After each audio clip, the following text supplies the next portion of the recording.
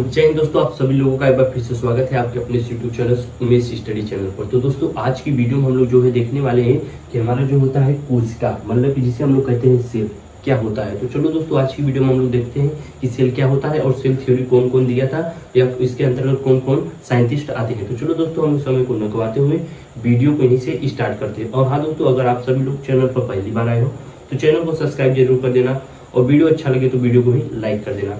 तो चलो दोस्तों हम लोग वीडियो को जो है यहीं से स्टार्ट करते हैं। तो सबसे पहले देखते हैं कोशिका यानी कि सेल होता क्या है। तो देखिए दोस्तों, सेल जो होता है या जिसे हम लोग कहते हैं कोशिका, कोशिका हमारे शरीर की जो होती है सबसे छोटी इकाई होती है। शरीर की सबसे छोटी इकाई का मतलब ये है कि हमारा जो बॉडी है, मतलब कि हमारा जो शरीर है छोटे छोटे सेल से मिलकर क्या है बना हुआ है, उसी को हम लोग क्या कहते हैं, कोशिका कहते हैं। जिस प्रकार जैसे कि अगर आप सपोज मान लीजिए कोई घर है छोटे छोटे ईंटों से मिलकर बना हुआ है, उसी प्रकार हमारा शरीर भी किससे मिलकर बना हुआ है, कोशिकाओं से मिलकर बना हुआ है, जिसे हम लोग कहते हैं सेल। तो सबसे पहले हम लोग सेल का डिफिनेशन लिख लेते हैं, सेल कहता है किसे है या तो सेल कोशिका होता क्या है। तो देखिए इसमें सबसे पहली बात तो होता है आप लोग को बताएं कि सेल यानी कोशिका हमारे शरीर की क्या होती है, सबसे छोटी इकाई होती है और यह हमारे शरीर का जो होता है स्ट्रक्चरल एंड फंक्शनल बैलेंस को क्या होता है बनाए रखता है। स्ट्रक्चरल मतलब हमारे शरीर के स्ट्रक्चर को बनाए रखता है और फंक्शनल हमारे शरीर के अंदर जितने भी फंक्शन हो रहे हैं या जितनी भी क्रिया हो रहे हैं वो किसके थ्रू हो रहे हैं, इसी सेल के द्वारा हो रहे हैं। तो सबसे पहले हम लोग लिखेंगे पॉइंट कोशिका, कोशिका हमारे शरीर की सबसे छोटी इकाई होती है। कोशिका हमारे शरीर की क्या होती है, सबसे छोटी इकाई होती है, सबसे छोटी यूनिट होती है। उसके बाद हम लोगों ने देखा कि इसे हम लोग जो होता है ये हमारे शरीर के लिए क्या होता है, स्ट्रक्चरल एंड फंक्शनल। स्ट्रक्चरल मतलब हमारे शरीर का जो स्ट्रक्चर या ढांचा है उसे बनाए रखता है और फंक्शनल मतलब हमारे शरीर के अंदर जो भी फंक्शन हो रहे हैं उसे भी मेंटेन करता है कौन, सेल। तो यह जो होता है हमारे शरीर का, हमारे शरीर के स्ट्रक्चरल एंड फंक्शनल क्रिया को बनाए रखता है, क्रिया को बनाए रखता है, बनाए रखता है। सबसे पहली बात हम लोगों ने 2 पॉइंट देखा कि सेल क्या होता है। देखिए सेल हमारे शरीर की क्या होती है, सबसे छोटी इकाई होती है, मतलब शरीर हमारा किससे मिलकर बना हुआ है, सेल से मिलकर बना हुआ है। उसके बाद हम लोगों ने देखा कि सेल जो होता है हमारे शरीर की क्या होता है, स्ट्रक्चरल एंड फंक्शनल क्रिया को क्या होता है, बनाए रखता है। मतलब क्या करता है, स्ट्रक्चरल सपोर्ट देता है और क्या देता है, फंक्शनल सपोर्ट कौन देता है, सेल ही देता है। स्ट्रक्चरल एंड फंक्शनल सपोर्ट कौन देता है, सेल देता है। उसके बाद अब हम लोग आते हैं कि सेल थ्योरी कौन कौन दिया था, मतलब कौन कौन साइंटिस्ट थे जिन्होंने सेल के विषय में क्या है बताया था या सेल की क्या कहते हैं, खोज किया था। चलो दोस्तों हम लोग जो होते हैं सेल थ्योरी की तरफ बढ़ते हैं। तो हम लोग देखते हैं कि सेल थ्योरी कौन दिया था या सेल थ्योरी के विषय में कौन बताया था। ठीक है, चलिए इसे मिटा दे रहा हूँ, इसे रहने देता हूँ। तो चलिए देखिए दोस्तों हम लोग उसके आगे देखते हैं कि सेल थ्योरी कौन कौन दिया था, सेल थ्योरी विषय में कौन बताया था ना। पानी लग गया है। देखिए अब हम लोग देखते हैं कोशिका, कोशिका सिद्धांत। ठीक है,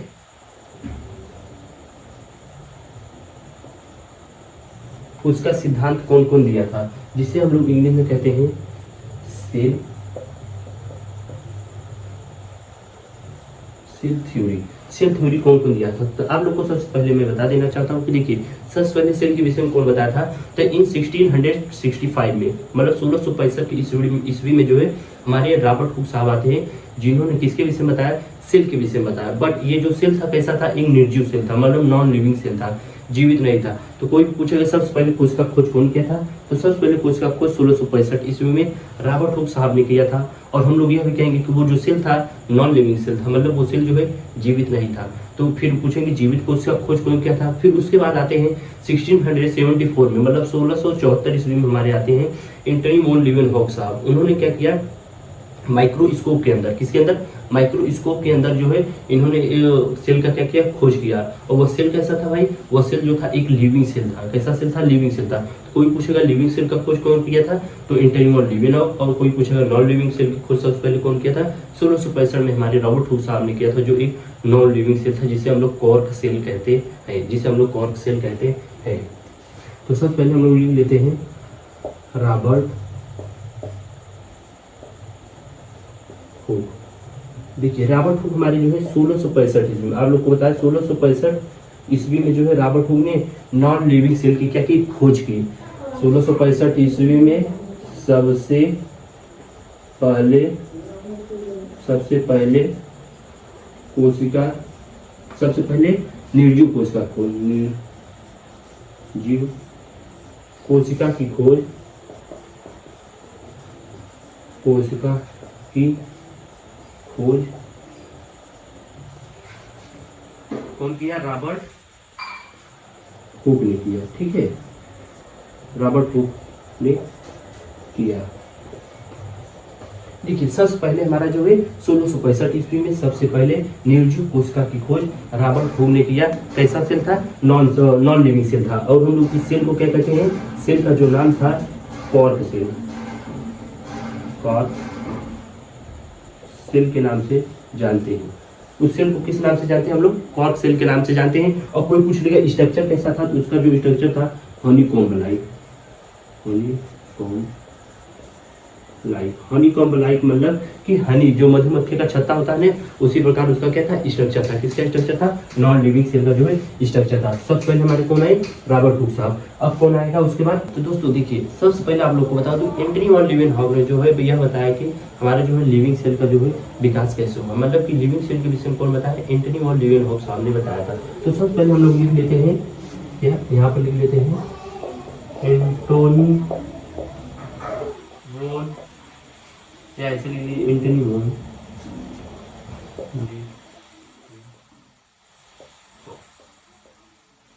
ऐसे भी लिख सकते हैं।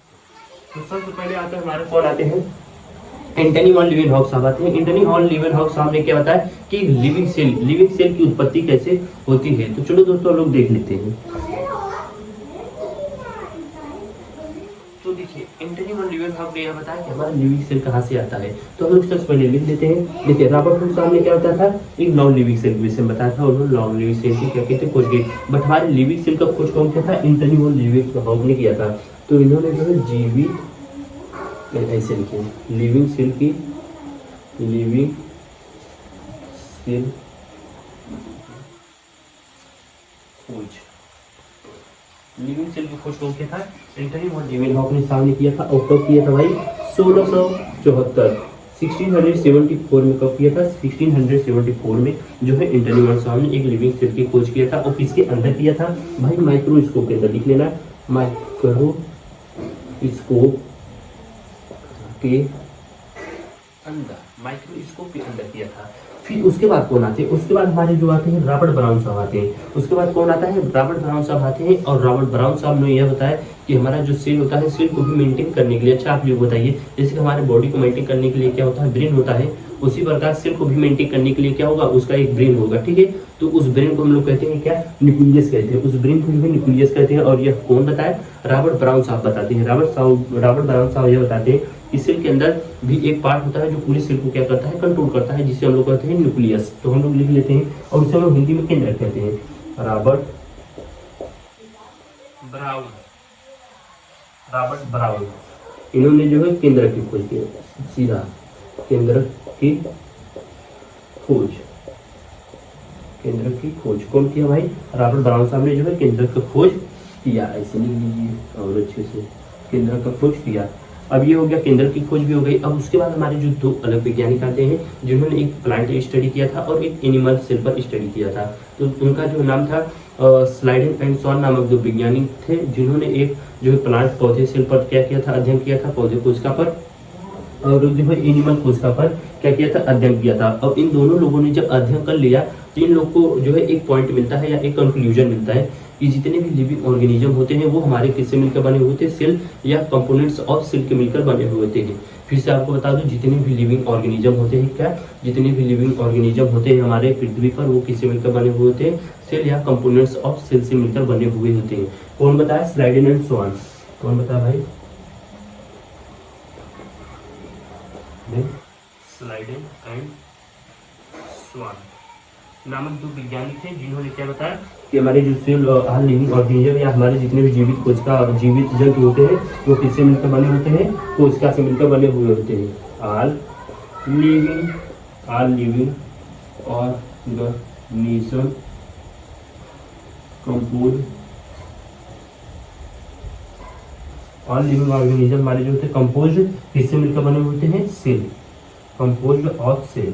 ठीक है, नीचे दिख नहीं रहा होगा पता नहीं, पर देख लीजिए, मैं बोल रहा हूँ। और जितने भी लिविंग ऑर्गेनिज्म होते हैं किससे मिलकर बने हुए थे, सेल से मिलकर बने हुए थे। कौन बताया था, स्लाइडेन और स्वान नामक वैज्ञानिक ने बताया था।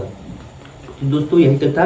और एक वैज्ञानिक हमारे और थे आपकी एनसीईआरटी में होगा, 11वीं की एनसीईआरटी में, और रुडोल्फ वर्चाउ जिनका नाम था। इन्होंने क्या बताया, देखिए ये लोग तो बता दिए थे, स्लाइडेन और स्वान ने बता दिया कि लिविंग ऑर्गेनिज्म जो होते हैं किससे मिलकर बने हुए होते हैं, सेल से मिलकर बने हुए होते हैं। बट इन्होंने यह नहीं बताया कि नए सेल आते कहाँ से, ठीक है। तो जिसके कारण रुडोल्फ वर्चाउ साहब आते हैं और इन्होंने बताया कि नए सेल कहाँ से आते हैं। तो आपको बता दूं, इन्होंने यह बताया कि जो नए सेल होते हैं, जब पुराने सेल मर जाते हैं, प्री एग्जिस्टेंसी सेल होता है जिसे हम लोग कहते हैं, जब पुराने सेल मर जाते हैं तो वहाँ पर एक नए सेल की क्या होती है, उत्पत्ति होती है। उसी को हम लोग क्या कहते हैं, प्री एग्जिस्टेंसी सेल कहते हैं, या रुडोल्फ वर्चाउ ने बताया था। तो यहाँ आप लोग लिख लेना, या तो मैं ऐसे ही बोल दे रहा हूँ। रुडोल्फ वर्चाउ साहब ने बताया कि पुराने सेल कहाँ से आते हैं। कौन बताया था, रुडोल्फ वर्चाउ साहब ने। प्री एग्जिस्टेंसी सेल कौन बताया था, रुडोल्फ वर्चाउ साहब। तो दोस्तों आई होप आप सभी लोग को वीडियो बहुत ही अच्छा लगा होगा और वीडियो में जो पढ़ाया वो समझ में भी आया होगा। अगर वीडियो अच्छा लगा है तो वीडियो को जो है लाइक कर देना और चैनल को भी हमारे सब्सक्राइब कर देना। तो दोस्तों कल मिलते हैं हम लोग फिर से एक बेहतरीन और अच्छी क्लास में। तो दोस्तों आज के लिए यहीं तक, कल मिलते हैं फिर से हम लोग एक बेहतरीन क्लास में। जय हिंद, जय भारत।